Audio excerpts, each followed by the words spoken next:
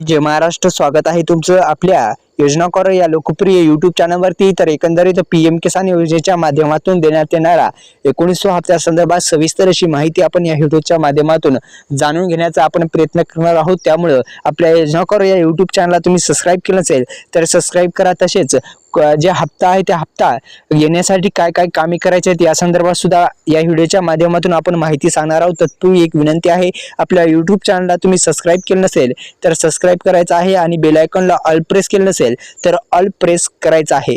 एकंदरीत अशी सविस्तर अशी माहिती या व्हिडिओच्या माध्यमातून जाणून घेण्याचा आपण प्रयत्न करणार आहोत।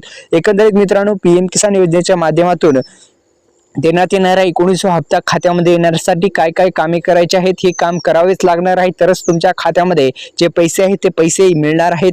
थेट डीबीटी मार्फत हे पैसे तुमच्या खात्यावरती येणार आहेत। त्यामुळे हे कामे करणे तुम्हाला गरजेचे आहे, अन्यथा जे पैसे आहेत ते पैसे तुमचे स्टॉप होऊ शकतात। एकंदरीत हप्ता स्टॉप होऊ शकतो। हप्ता जर स्टॉप झाला तर अन्यथा तुमच्या हे जर काम तुम्ही केलं नाही तर तुमचा जे पैसे आहेत ते पैसे तुम्हाला मिळणार नाहीत, म्हणजे 1900 हप्ता तुम्हाला मिळणार नाही। याची सविस्तर माहिती आपण जाणून घेण्याचा प्रयत्न करणार आहोत। शेतकऱ्यांना, सर्वसामान्य शेतकऱ्यांना, लोकांना दिलासा देण्यासाठी पीएम किसान योजनेच्या माध्यमातून आतापर्यंत 18 हप्ते देण्यात आले आहेत। 1900 हप्ता थेट शेतकऱ्यांच्या खात्यामध्ये येण्यासाठी काही कामे पूर्ण करायची आहेत या संदर्भात सुद्धा आपण माहिती घेणार आहोत। पीएम किसान योजनेचा लाभ मिळवण्यासाठी शेतकऱ्यांचे व त्यांचे काही तपशील द्यावे लागतात आणि ते दिले तरच तुम्हाला पीएम किसान योजनेचा लाभ मिळतो। त्यांची तुम्ही जी ई-केवायसी आहे ती पूर्ण करणं गरजेचं आहे।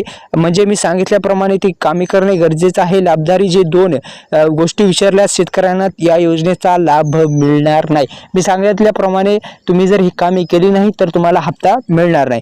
दर 4 महिन्यांनी हे पैसे जे आहेत थेट शेतकऱ्यांच्या खात्यामध्ये येत असतात आणि 2500 रुपये सुद्धा आता मिळण्याची शक्यता वर्तवली जात आहे, कारण की लवकरात लवकर निर्णय होणार आहे हप्त्यामध्ये वाढ करण्याच्या वेळेस, म्हणजे हप्त्यामध्ये वाढ होणार आहे। एकंदरीत पीएम किसान योजनेचा लाभ मिळवायचा असेल तर ई-केवायसी अनिवार्य।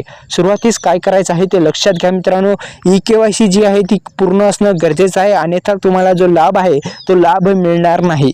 पीएम किसान योजनेचा लाभ घेण्यासाठी ई-केवायसी ही अनिवार्य केलेली आहे आणि जी आधारशी लिंक केलेल्या मोबाईलद्वारे नंबरद्वारे किंवा सीएससी केंद्रावर बायोमेट्रिक आधारित ई-केवायसी अशा दोन्ही प्रकारे तुमची पीएम किसान योजनेची ई-केवायसी करू शकता। तर अशा पद्धतीने फक्त तुम्हाला एक काम करायचं आहे। तर तुम्हाला मित्रांनो, हप्ता मिळवण्यासाठी ई-केवायसी प्रक्रिया जी आहे ती पूर्ण असणं गरजेचं आहे। ई-केवायसी प्रक्रिया पूर्ण करा। ई-केवायसी कशी करायची तर तुम्ही सीएससी सेंटरला बायोमेट्रिक आधारित आणि OTP बेस्ड अशा दोन्ही पद्धतीने पीएम किसान योजनेच्या माध्यमातून देण्यात येणारा जो 1900 हप्ता आहे त्या 1900 हप्त्यासाठी ई-केवायसी करणं गरजेचं आहे। ई-केवायसी प्रक्रिया पूर्ण नसेल तर करून घ्या।